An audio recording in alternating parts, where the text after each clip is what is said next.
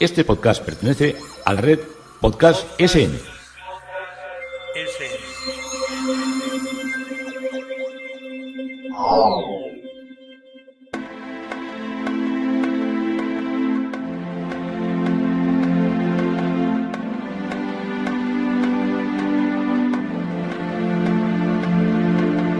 Historia con sentido.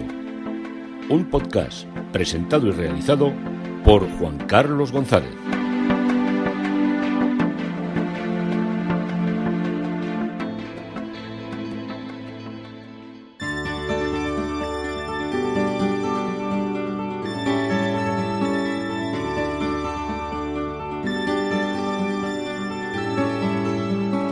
Un saludo a cuantos me escucháis a través de las redes sociales, de Facebook, de Twitter, de mi página web historiaconsentido.com y de la red de Podcast SM.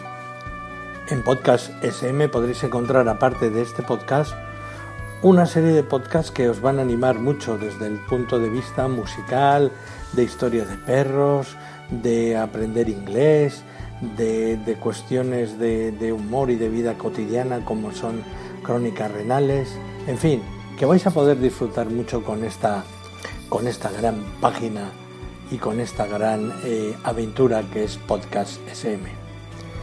Hoy, dentro de Historia con Sentido, el tema propuesto es Mahamud, en el silencio de Castilla. Seguimos desgranando o visitando y recorriendo enclaves maravillosos y bastante ignotos de lo que es nuestra historia. Y hoy nos vamos a ir a Mahamud. Pero si empiezo diciéndoos algo como el colegio de Eton en Inglaterra, la abadía de Westminster en Londres, Angulema en Francia, Hendaya, estaréis pensando sin duda alguna en algo internacional.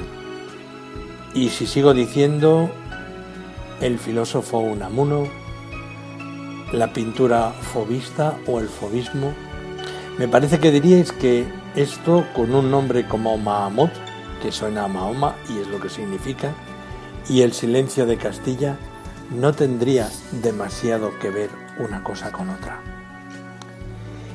En mi pueblo de Guipúzcoa, en Euskadi, donde nací y viví un trozo de mi vida, allí, por los años 20, a todos los emigrantes que desde Castilla, de Extremadura o desde Galicia se incorporaban a la intensa actividad fabril, eran los años de la segunda parte de la revolución industrial en el País Vasco, y todas las fábricas estaban a tope porque estaban produciendo al haber terminado la Primera Guerra Mundial. Europa estaba devastada y la producción de las acerías se había intensificado muchísimo.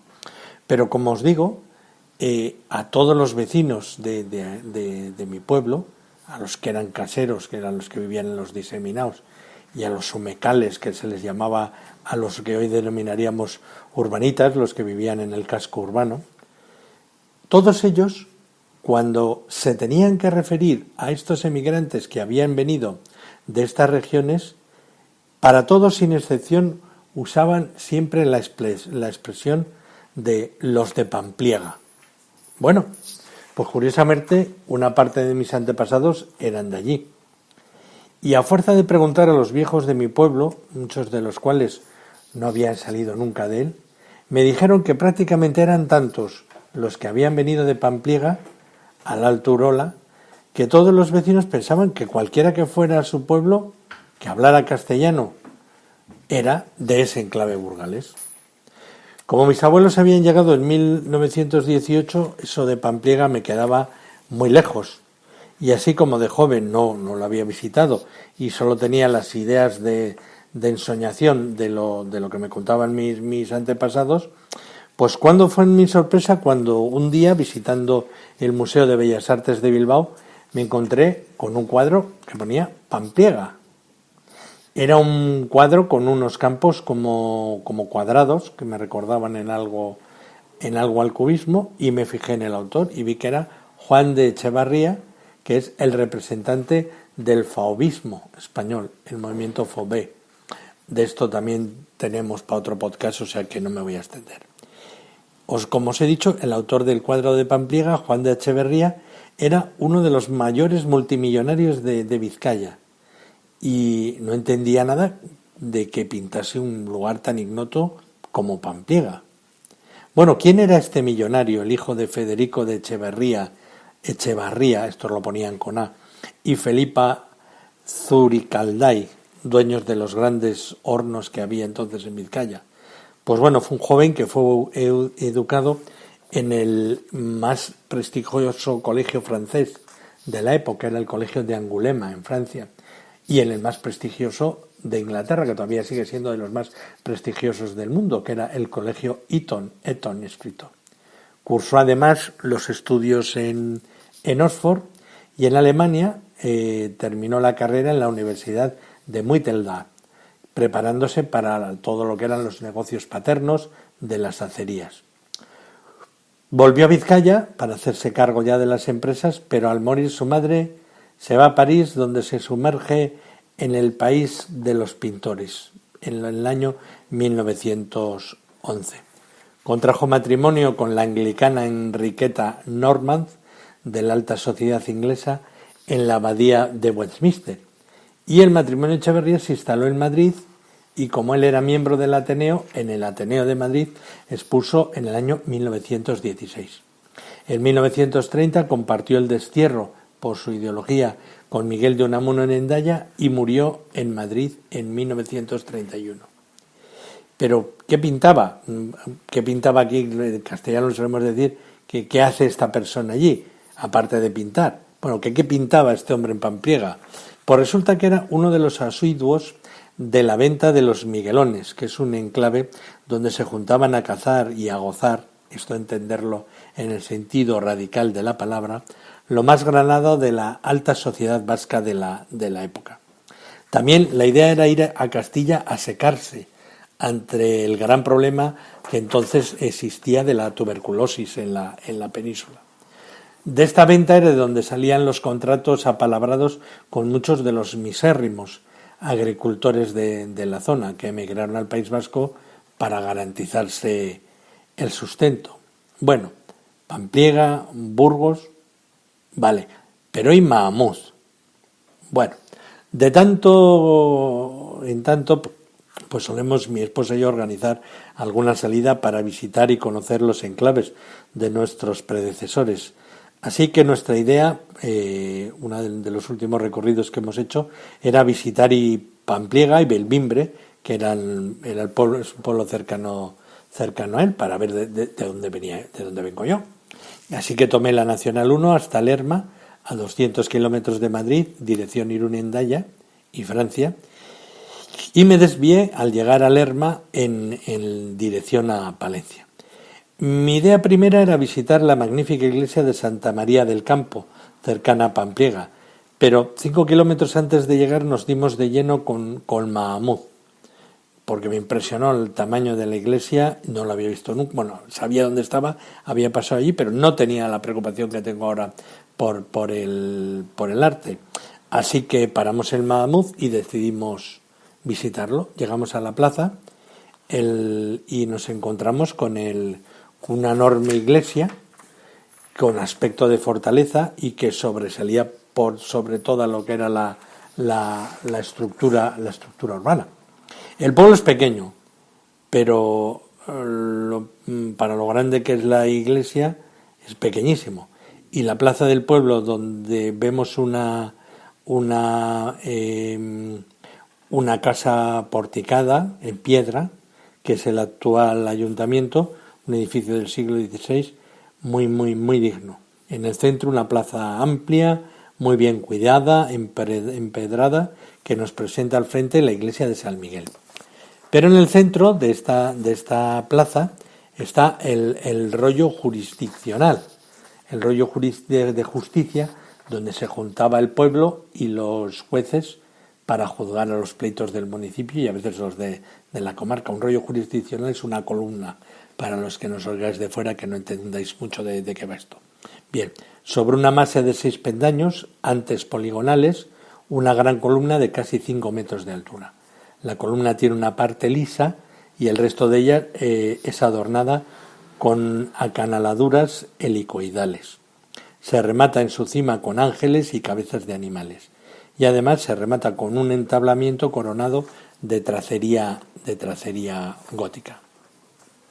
Estamos contemplando lo que es la columna, el rollo del pueblo, y contemplamos la monumental iglesia con una magnífica portada, la portada barroca de San Miguel, construida en 1774 por Juan de Hermaltes. Este vecino de los Bases la construyó sobre un plano del arquitecto José Cortés del Valle, de Burgos. La fachada nos presenta una puerta con un arco de medio punto, con columnas dobles acanaladas a ambos lados, que rematan en las dos columnas con un pequeño frontón triangular cada grupo de dos.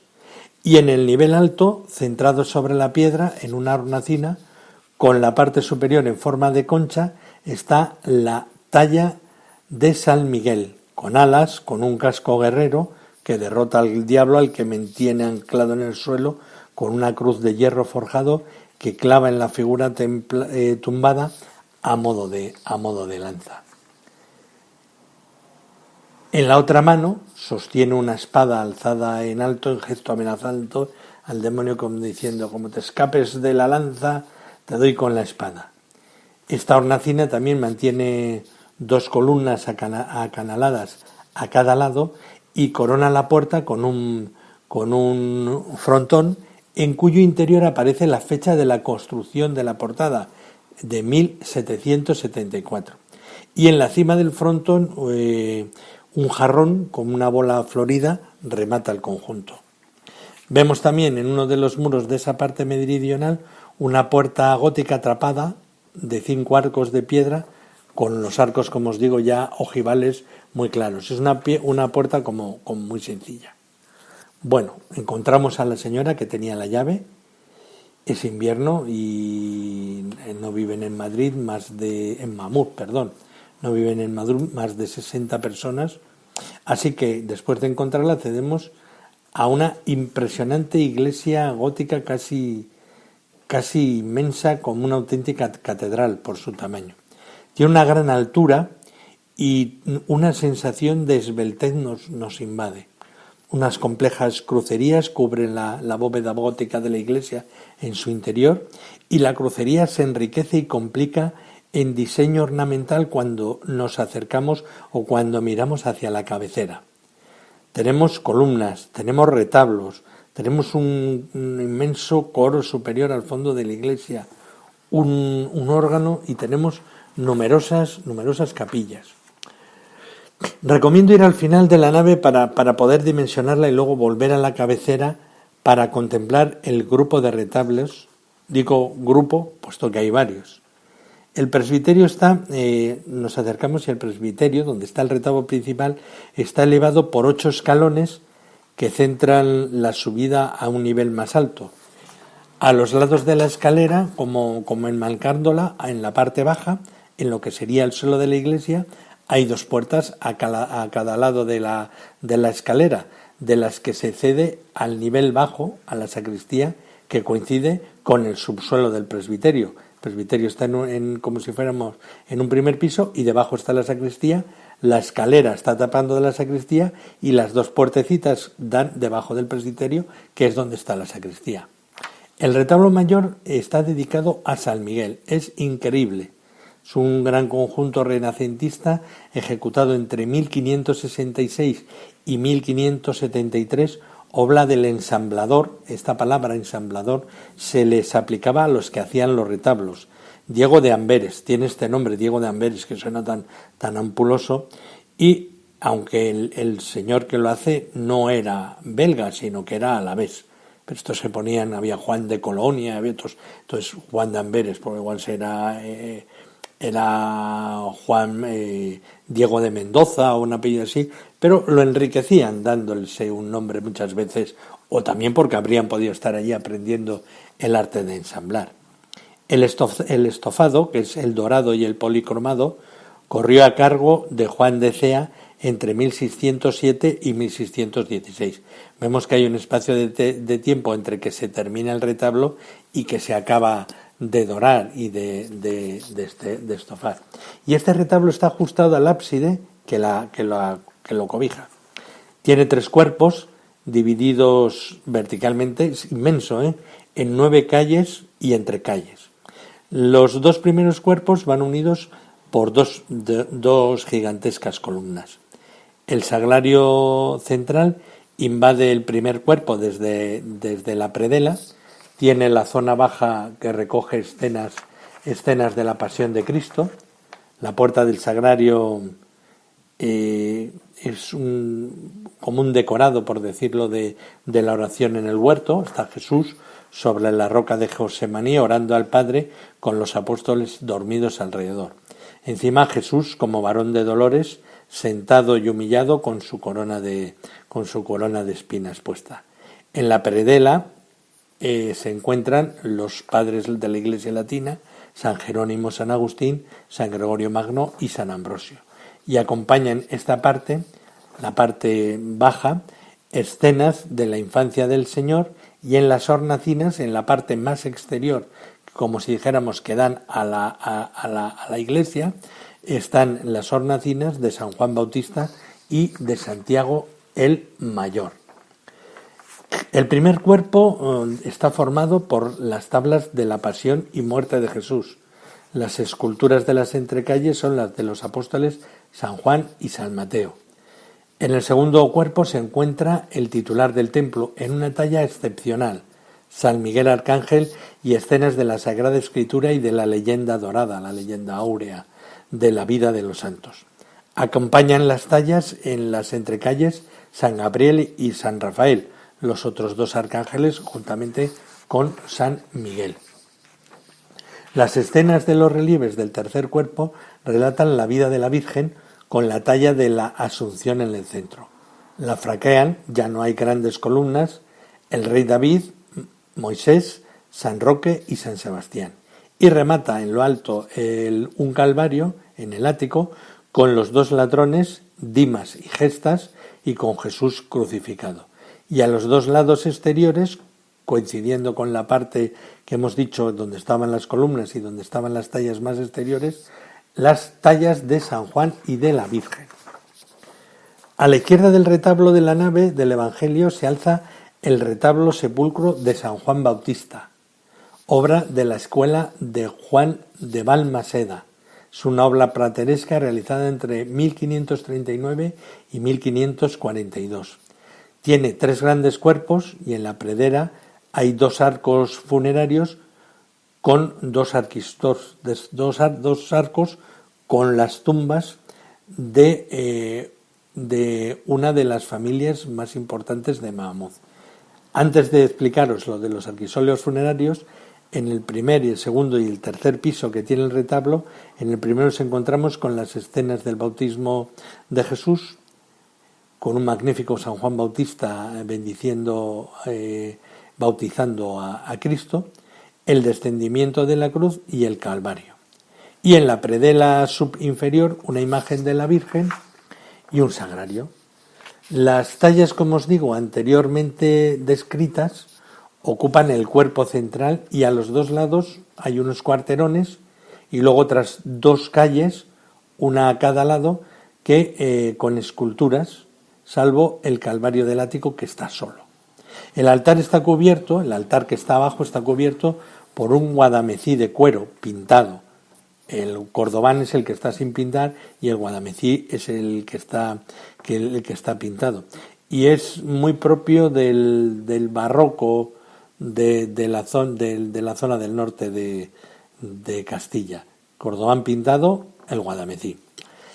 En los arcos funerarios descansan los sepulcros y los huesos de la familia Quintanadueñas. La familia Quintanadueñas era una de las familias de los grandes mercaderes de Castilla, que tenía la base en Burgos, donde negociaban la lana y tenían una base, como os digo, en Burgos, y la otra la tenían en Rouen, en Francia, y en Brujas, Y tenían barcos propios con los que transportaban la lana desde Laredo y Castro Urdiales hasta el Sena para negociar la lana en los Países Bajos. Estas familias fueron impresionantes. Voy a relataros varias historias porque hay mucha relación, que estoy ahora preparando estos temas, mucha relación entre Burgos y Florencia. Las ciudades, os llevaréis sorpresas porque los florentinos se querían parecer en parte a los burgaleses en su desarrollo económico y viceversa. Entonces veréis una extraña relación que tiene Burgos con Florencia. Pero volvemos a Mahamud y a sus retablos. Y a los personajes como los quintanadueñas de los que os estoy hablando. Estos quintanadueñas, aparte de tener la línea de negocio en el norte, tenían otra base en Sevilla, donde también tenían barcos, donde se movían con el mercado de la barbería, de todo lo que eran los infieles, que iba desde Ceuta hasta Túnez. Fueron inmensamente ricos y fueron grandes mecenas de este templo. En la parte derecha del retablo, parte de la epístola, encontramos un bello retablo de la Virgen del Rosario, antes conocido como Nuestra Señora de la Antigua. En la predela, la parte baja, dos bellos cuadros de la Anunciación y de la Visitación, y en el primer cuerpo una bella talla de la Virgen del Rosario, con el rosario en una mano y el niño y en la otra. 4 cuarterones, 2 a ambos lados de la Virgen, y a la izquierda de la Virgen, desde el altar, San Roque y una santa con báculo y custodia eucarística, y en la derecha superior un obispo con mitra y en la inferior una santa mártir con espada. No he sabido identificar quiénes eran. Corona el retablo San Bernardo con cogulla blanca, cantor de las excelencias virginales. Junto al retablo anterior hay un arco funerario del cura Pedro Manso II, porque había Pedro Manso I, que también tiene en una de las salas de las capillas, tiene un arquisolio funerario. Un bello conjunto con la escultura yacente del insigne párroco de esta iglesia. Arco funerario de medio punto con la escultura del difunto con casulla y con un gorro y con una metopa de piedra que sostienen 2 angelutos y que relata el nombre del difunto. La base del monumento la ocupa una escena de la Visitación y el frontón triangular que remata la tumba está ocupado en su parte central por un calvario. De gran interés es la capilla de Santiago o capilla del Batisterio. Conserva un arco funerario con la tumba de un matrimonio que son Martín Fernández Monasterio, muerto en 1511, y su mujer Mari González, muerta en 1509. Con motivos vegetales, arcos conopiales se llaman, se enmarca que los arcos conopiales que tienen hombres, animales, vegetales, y se enmarca, como os digo, este magnífico mausoleo con las estatuas yacentes de los 2 personajes citados, unidos y mucho a la historia y al poder de esta iglesia. Una metopa con letra gótica un poco deteriorada, y en la parte que relatará, no he sabido yo descifrar lo que pone, porque la letra gótica tela para entenderla. Y en la parte baja el escudo de armas de la familia, que se repite 2 veces, y una escena de un Cristo resucitado predicando a un inspirado a un inspirado evangelista que está girado hacia Cristo, que le enseña las llagas y está como escribiendo. No sé qué escena bíblica puede ser, probablemente sea el relato de algún evangelista, pero no lo he identificado. En la misma capilla hay un arquisolio funerario vacío y en el hueco un bello crucifijo con todos los rasgos de pertenecer a la escuela de Juan de Juni, con una corona de espinas gruesa, que era lo que caracterizaba a la escuela de este autor, que va unida, clavadas las espinas y como empotrada en lo que es la cabeza de Cristo. Y hay allí una pila bautismal. La pila bautismal es románica, excelente categoría. Es del siglo XIII, en muy buen estado de conservación y con un importante programa escultórico. Las escenas que se representan son, primero, en la parte que está más al borde, hay como una guirnalda de cuya guirnalda, mirando hacia arriba y hacia abajo, se ven como unas flores de lis. Eso es lo que corona todo lo que es la pila en su parte más alta. Y luego las escenas representadas son Adán, el árbol con la serpiente, que es el árbol, la serpiente se ve la cola de la culebra perfectamente y el árbol todo cargado de manzanas, y a Eva. Luego está San Pedro con las llaves, al lado hay un pez enorme, luego hay una escena musical con figuras, se ve un violinista o rabelista. El rabel es una especie como más de viola que de violín, pero es el tamaño de un violín, pero se tocaba la forma de la viola colocado entre las rodillas.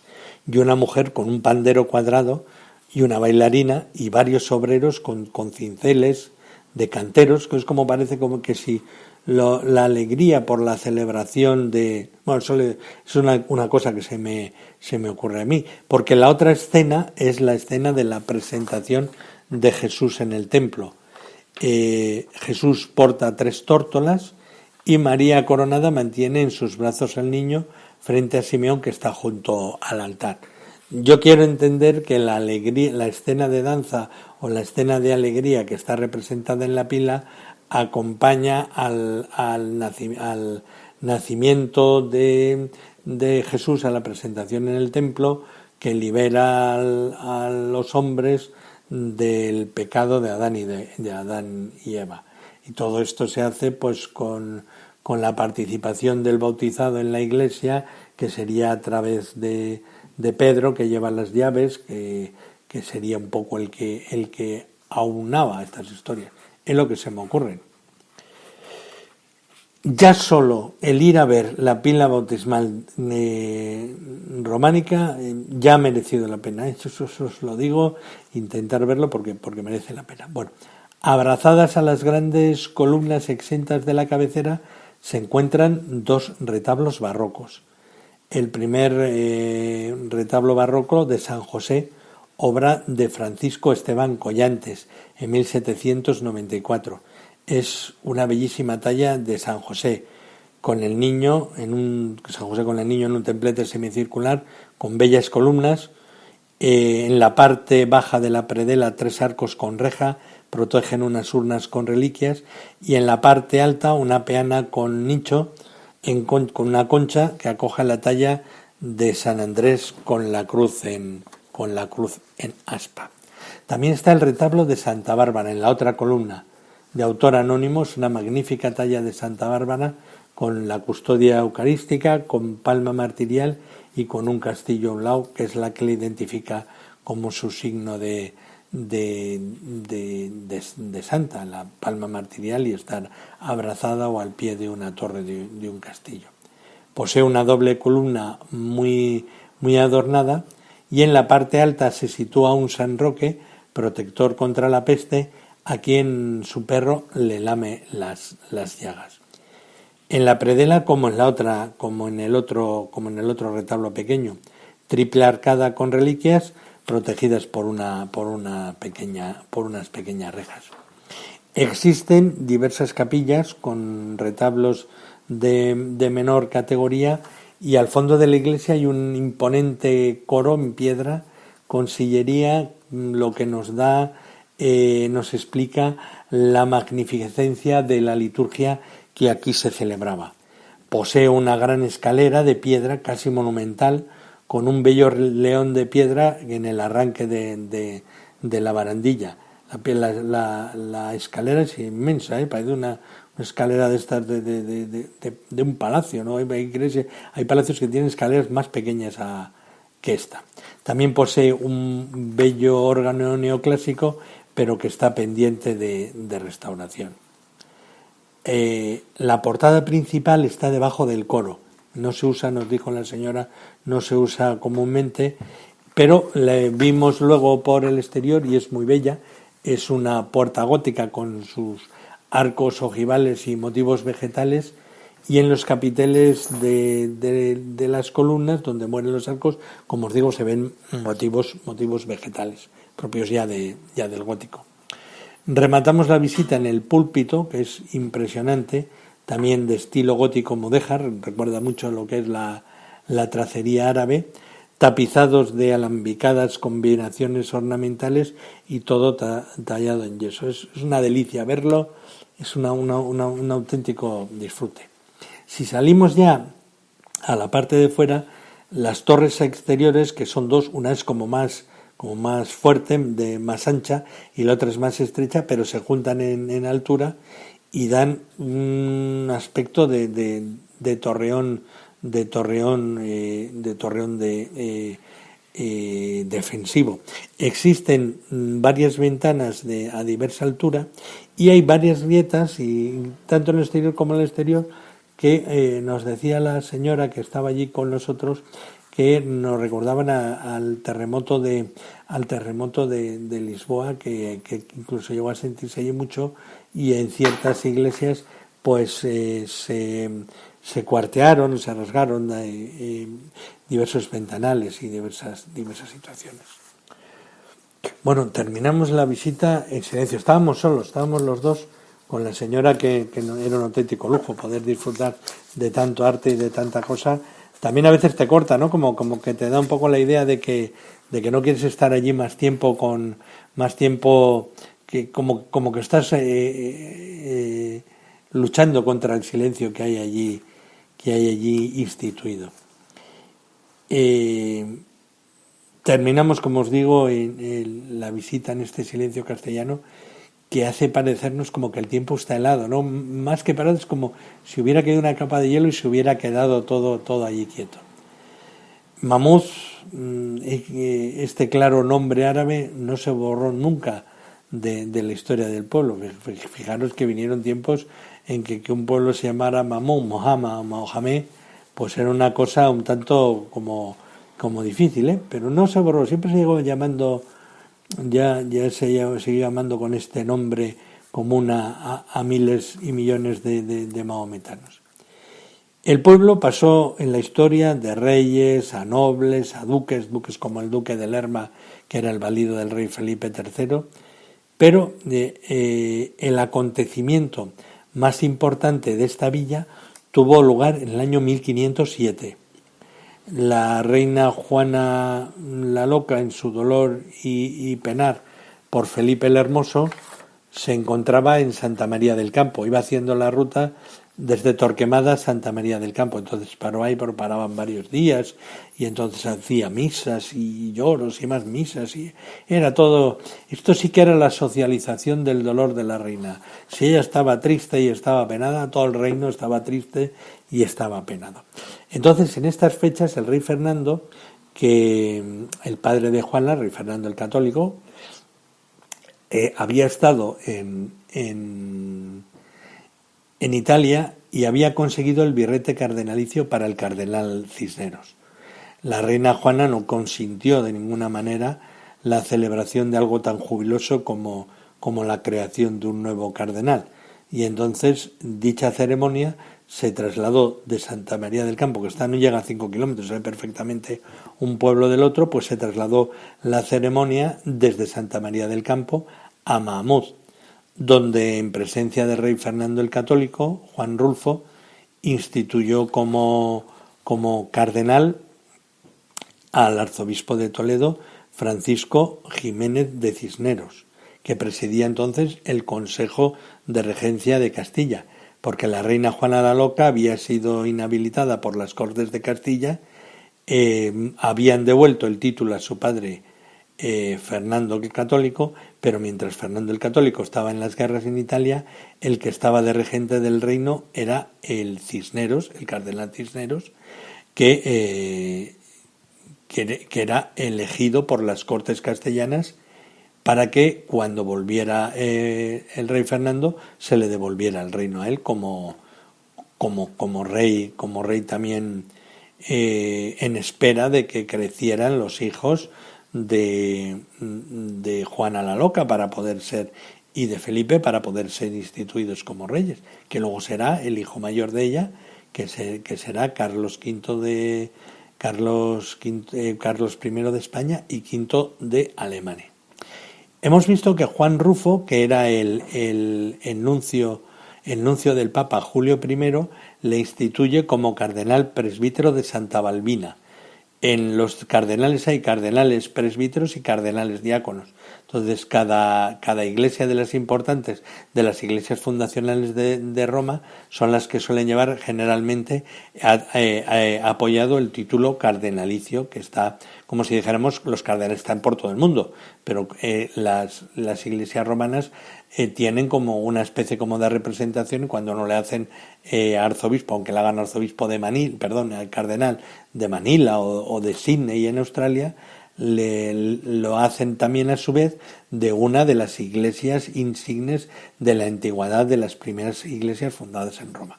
Esto es por lo que os digo de la que le hicieron cardenal de Santa Balbina.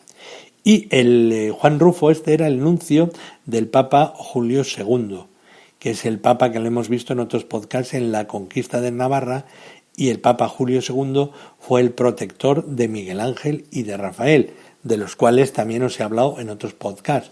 O sea que vemos aquí en un sitio perdido de Castilla, donde el silencio impera, la presencia de un papa también importante en lo que es la historia del arte y de la Iglesia. Bueno, parecía que nos teníamos que ir al Renacimiento italiano, y la verdad, hemos ido a un pueblo que pasábamos de paso y hemos visto la monumentalidad de su iglesia, y nos hemos quedado boquiabiertos con su interior y con su historia. Cuando vamos hacia Santa María del Campo y hacia Pampliega, con el coche, nos encontramos con un inmenso rebaño de ovejas de allí, de que son extremadamente blancas, con la cabeza negra azabache. Y era muy muy simpático porque no había más, o sea, no nos cruzamos con 3 o 4 coches en todo lo que era nuestro recorrido, ¿no? Y las ovejas venían por la carretera, tuvimos que parar el coche y nos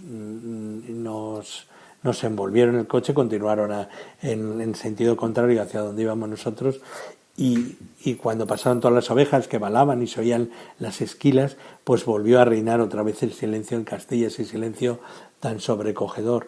Y entonces pues te acordabas de lo que eran los rebaños de la Mesta, el poder que tuvo Castilla por los paños castellanos, su presencia por toda Europa y por Italia, y veías en lo que había quedado, ¿no? En la realidad, en esa vuelta a ese silencio tan característico.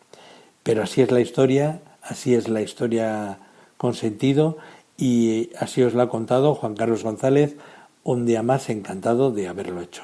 Un saludo para todos.